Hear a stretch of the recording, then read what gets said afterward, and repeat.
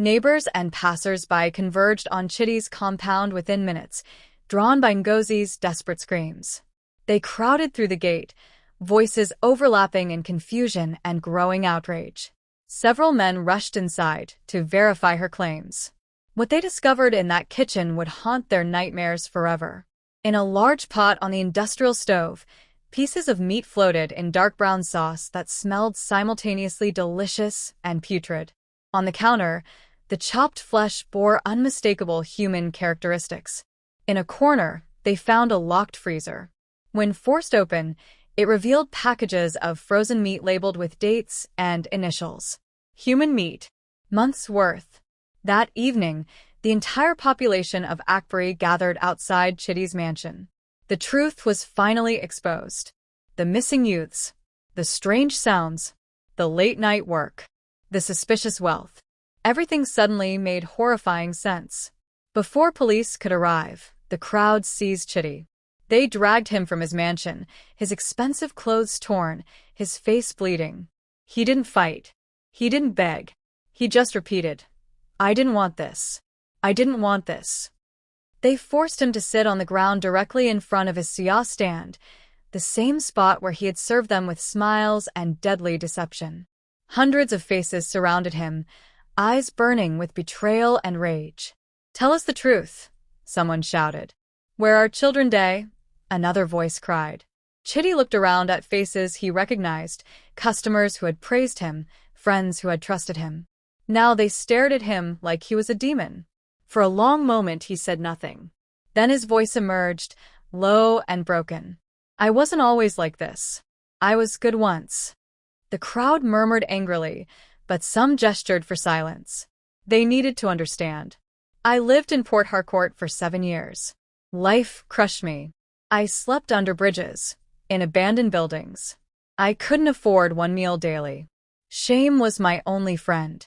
He paused, eyes distant. "One night, I met an old man at O'Kilton Junction. He called himself Baba Kareem.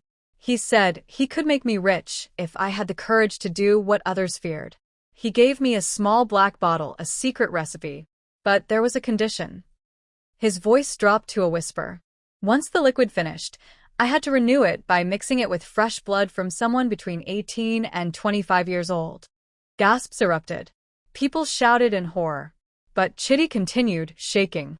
"I threw the bottle away. But days later, I found it in my bag. I tested it.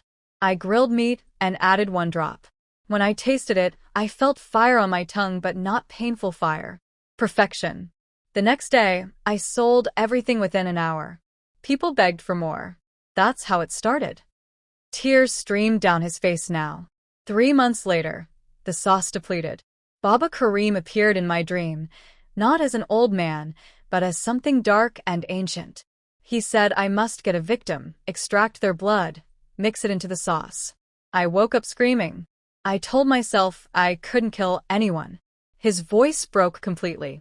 But the next morning, I found a dead body behind my dwelling. A young man I'd never seen. I buried him in terror. But my sauce had regenerated, filled with that crimson liquid. I don't know how. It was like something possessed me. The crowd stood in horrified silence. When I came to Akperi, I thought I could escape. But the bottle followed me. Every time the sauce finished, I'd hear that voice. "Feed the hunger."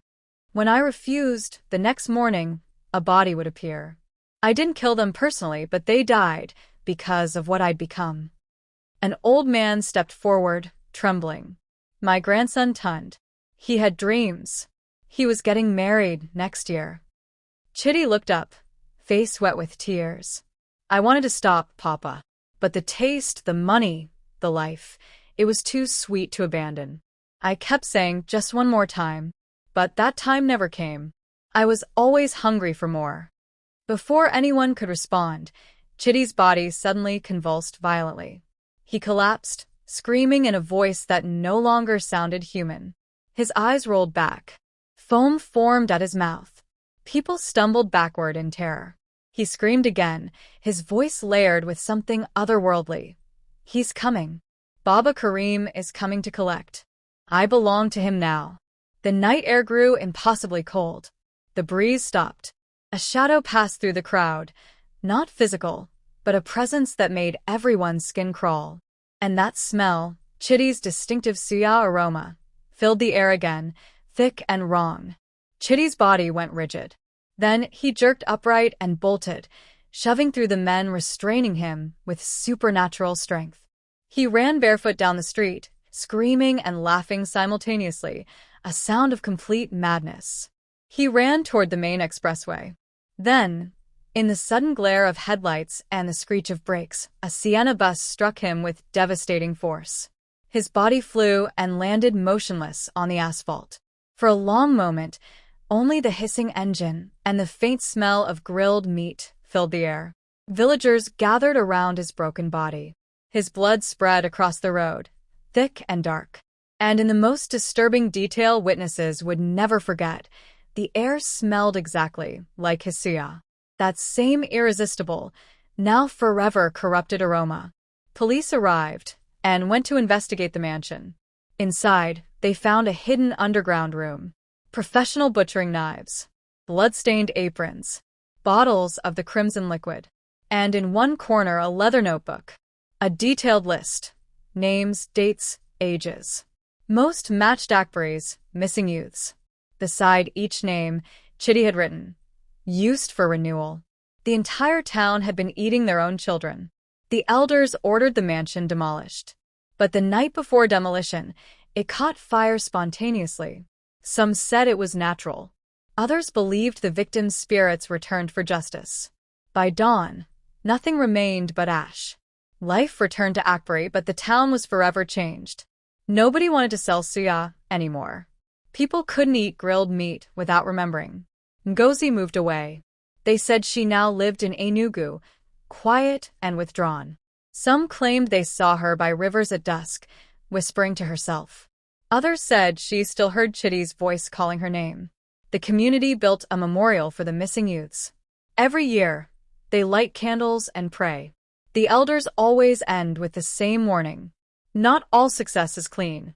Some wealth smells sweet but bleeds from the inside. And even now, when wind blows from where Chidi's mansion once stood, people swear they can still smell it, that sweet scent of grilled meat mixed with something dark.